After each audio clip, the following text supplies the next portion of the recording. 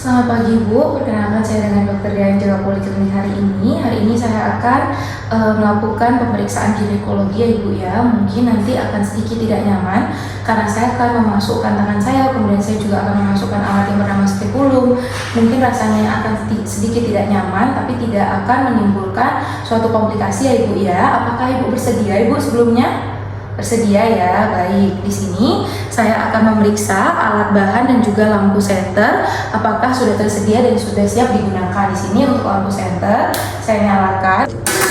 Baik, di sini untuk alat-alatnya sudah saya siapkan semua. Jadi terdapat spatula air, kemudian ada sitobrush, ada spekulum, kemudian di sini ada larutan povidon iodin dan juga kapas untuk membersihkan area vagina pasien. Kemudian ada larutan klorin dan juga di sini ada duk steril dan juga ada sarung tangan. Baik, di sini saya ingin tanya, apakah Ibu sudah buang air kecil, Bu? Sudah ya, baik. Di sini saya akan meminta Ibu untuk melepas pakaian bagian bawah Ibu dan juga celana dalam. Nanti saya akan memberikan Ibu sarung dan juga selimut yang tersedia. Sini saya bantu Ibu terlebih dahulu untuk naik ke atas meja ya Ibu ya. Kemudian selanjutnya di sini saya akan mencuci tangan 6 langkah sampai bersih. Lalu saya akan mengeringkan dan juga menggunakan hand scoop.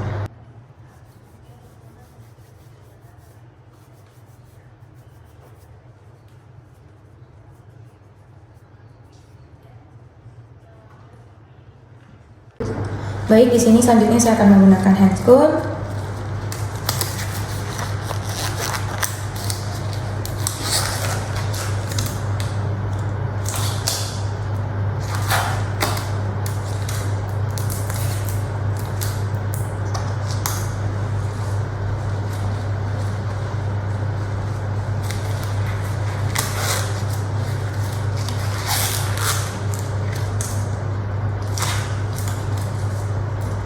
Sudah.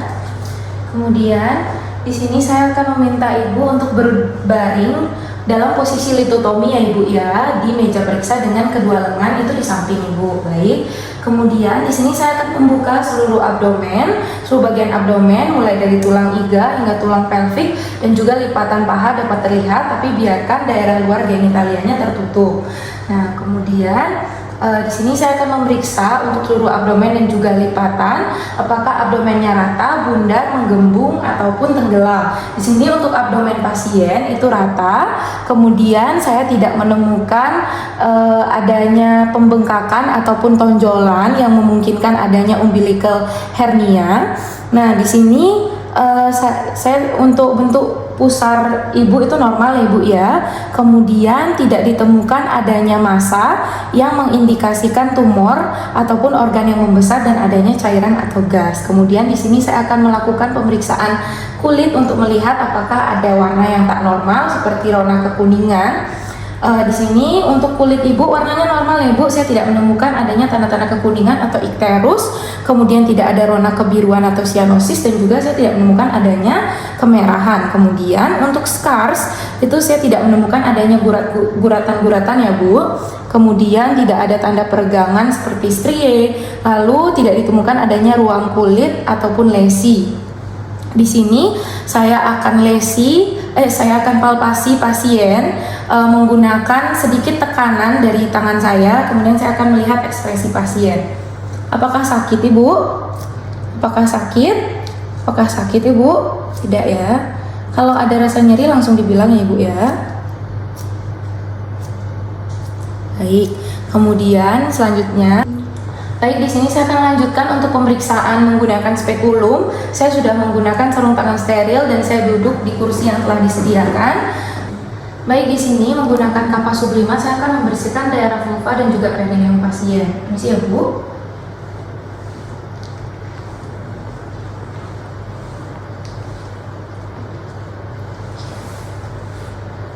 Kemudian saya akan amati dan laporkan kelainan pada daerah vulva dan juga perineum. Di sini untuk area vulva dan juga perineum pasien itu normal ya, tidak ditemukan adanya tanda-tanda inflamasi ataupun lesi. Kemudian saya tidak menemukan adanya tanda-tanda kerobekan pada perineum pasien. Lalu di sini saya akan membuka kedua labium mayor dan juga melaporkan temuan pada daerah orifisium uretra dan juga vagina. Permisi ya Ibu. Nah, di sini untuk area orifisium uretra pasien itu normal, tidak ditemukan adanya tanda-tanda inflamasi kemerahan ataupun laserasi. Kemudian pada bagian vagina pasien juga normal. Oke. Baik, di sini saya akan mengambil spekulum dengan tangan kanan saya, kemudian masukkan telunjuk tangan kiri ke dalam introitus vagina untuk menampakkan vagina. Bu, ini nanti saya akan menggunakan alat yang namanya spekulum ya Bu ya, yang saya masukkan ke dalam vagina Ibu. Tenang saja Ibu, alat ini tidak akan membuat suatu kerusakan pada vagina Ibu. Saya nanti hanya akan melihat apakah terdapat kelainan pada vagina Ibu ya. Nanti pada saat saya memasukkan spekulum ini, saya minta tolong Ibu untuk tarik nafas, kemudian Ibu menghembuskan nafas melalui mulut ya Bu ya. Boleh saya mulai Bu? Baik, di sini saya masukkan jari telunjuk tangan kiri untuk menekan.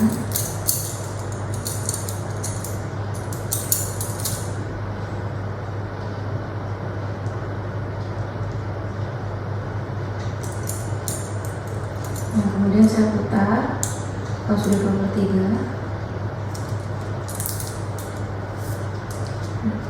Kemudian saya kunci.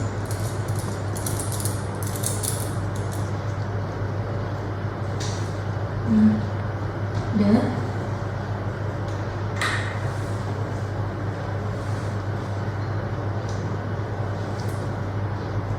Oke.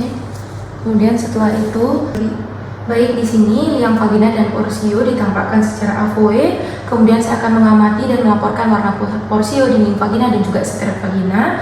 Dan di sini untuk dinding vaginanya normal. Kemudian untuk sekret vagina ini terlihat warnanya itu seperti bening, warnanya bening, dan saya tidak menemukan adanya bau pada pasien. Kemudian selanjutnya saya akan melakukan pap smear.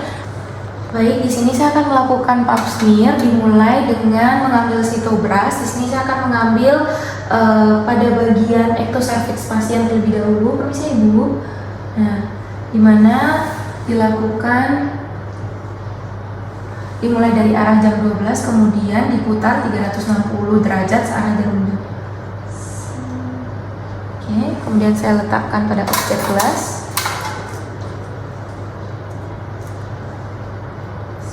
Oke.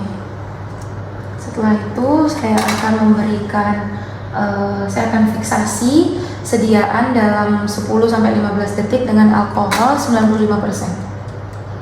Kemudian saya akan kemudian setelah itu akan saya letakkan terlebih dahulu, lalu saya lanjutkan untuk pengambilan spesimen pada bahan endocervix dengan spatula air. Caranya masih sama juga, pada arah jam 12, kemudian diputar 360 derajat. Nah, kemudian setelah itu saya letakkan pada objek gelas. Lalu setelah itu saya akan fiksasi selama 10-15 detik menggunakan alkohol 95%. Nah, lalu jika sudah, baik di sini saya akan melepaskan spekulum, di mana akan saya buka terlebih dahulu sedikit, kemudian saya tutup setengah. Nah, lalu saya balikkan lagi posisinya seperti tadi, lalu saya keluarkan. Saya tutup setengah, terus baru dikeluarkan.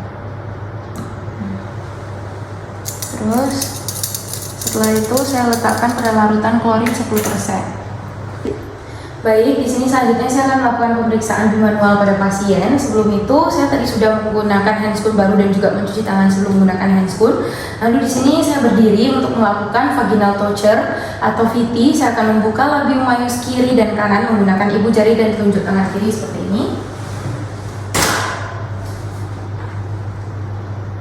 Nah, kemudian setelah itu saya akan memasukkan jari telunjuk dan juga tangan tengah ke dalam vagina.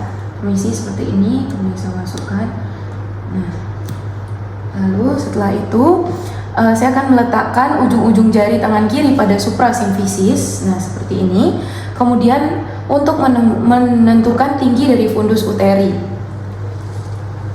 Nah, tinggi dari fundus uterinya itu kira-kira segini. Kemudian selanjutnya saya pindahkan jari-jari tangan luar ke dalam bagian ismus, lalu saya menentukan apakah adanya Hegar. Nanti kalau misalnya memang pasiennya itu hamil, tangan kita akan saling bertemu. Nah, di sini karena pasien tidak hamil sehingga tangan saya tidak saling bertemu satu dengan yang lain yang di atas dan di bawah. Baik, di sini selanjutnya saya akan melakukan palpasi serviks dengan lembut. Saya akan merasakan konsistensi, bentuk, ukuran, dan juga posisi serviks. Baik, di sini untuk konsistensinya sendiri lunak, kemudian mukosanya licin. Di sini saya akan menggerakkan serviks secara lembut ke kanan dan ke kiri. Apakah nyeri, Ibu? Gak nyeri ya, Ibu ya? Baik. Oke. Baik, untuk merasakan uterus kita meletakkan jari-jari pelvic hand pada ruang di belakang serviks dengan telapak tangannya menghadap ke atas. Kemudian letakkan tangan yang lain secara mendatar pada abdomen di antara umbilikus dan tulang pubis. Lalu setelah itu perlahan-lahan geser abdominal hand ke arah simfisis pubis dengan menekan ke bawah dan ke depan ke arah uterus menggunakan permukaan jari-jari. Nah, di sini pada saat yang sama tekan ke dalam dan atas menggunakan jari tangan yang berada di dalam vagina berusaha menangkap uterus di antara jari-jari kedua tangan. Nah, jika uterusnya ini bersifat anteverted akan terasa fundus di antara jari-jari kedua tangan sekitar 2-4 cm di atas tulang pubis. Nah, di sini untuk posisi dari uterusnya sendiri normal yaitu antefleksi. Oke, jika uterusnya itu dia tidak dapat dirasakan lateral atau retroversi, kita gerakkan uterus ke atas, kemudian letakkan kedua jari tangan pemeriksa atau pelvic hand di bawah cervix, lalu secara lembut diangkat secara anterior, atau kita tekan ke bawah lebih dalam dengan jari-jari tangan abdomen atau abdominal hand. Jika terus masih tidak dapat dirasakan, gerakkan jari-jari ke sisi cervix dan tekan sedalam mungkin tanpa menyebabkan ketidaknyamanan. Kemudian tekan ke bawah menggunakan tangan yang lain sedalam mungkin. Nah, pada saat palpasi uterus kita juga harus periksa ukurannya, bentuk, lokasi, konsistensi, dan juga mobilitas dan nyerinya.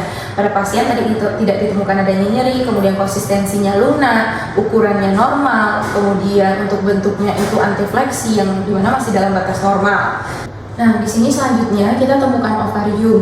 Nah, ovarium ini dia letaknya itu di belakang dan di kedua sisi uterus. Untuk menemukan ovarium kanan, kita gerakkan jari telunjuk tangan pemeriksa yang pelvic hand persis di bawah dan di samping cervix dalam lateral fornix. Nah, di sini.